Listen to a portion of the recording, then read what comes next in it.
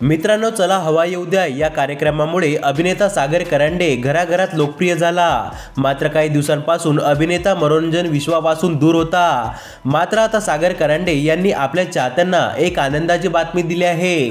तर काय आहे ती बातमी, चला जाणून घेऊया।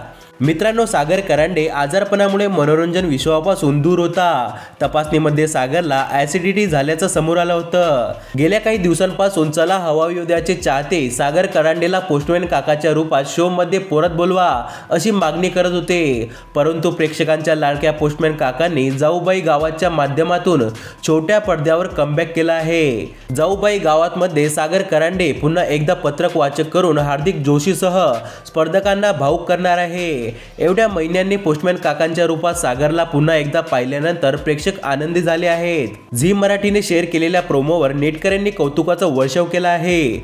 सागर परते हवा येऊ द्या मध्ये अरविंद जगताप यांचा तुझाचा आवाज शोभतो अशा कमेंट्सही चाहत्यांना व्हिडिओवर केल्या आहे। तर मित्रांनो, तुम्हाला सागर करांडे हा अभिनेता आवडतो का? आम्हाला कमेंट करून नक्की सांगा।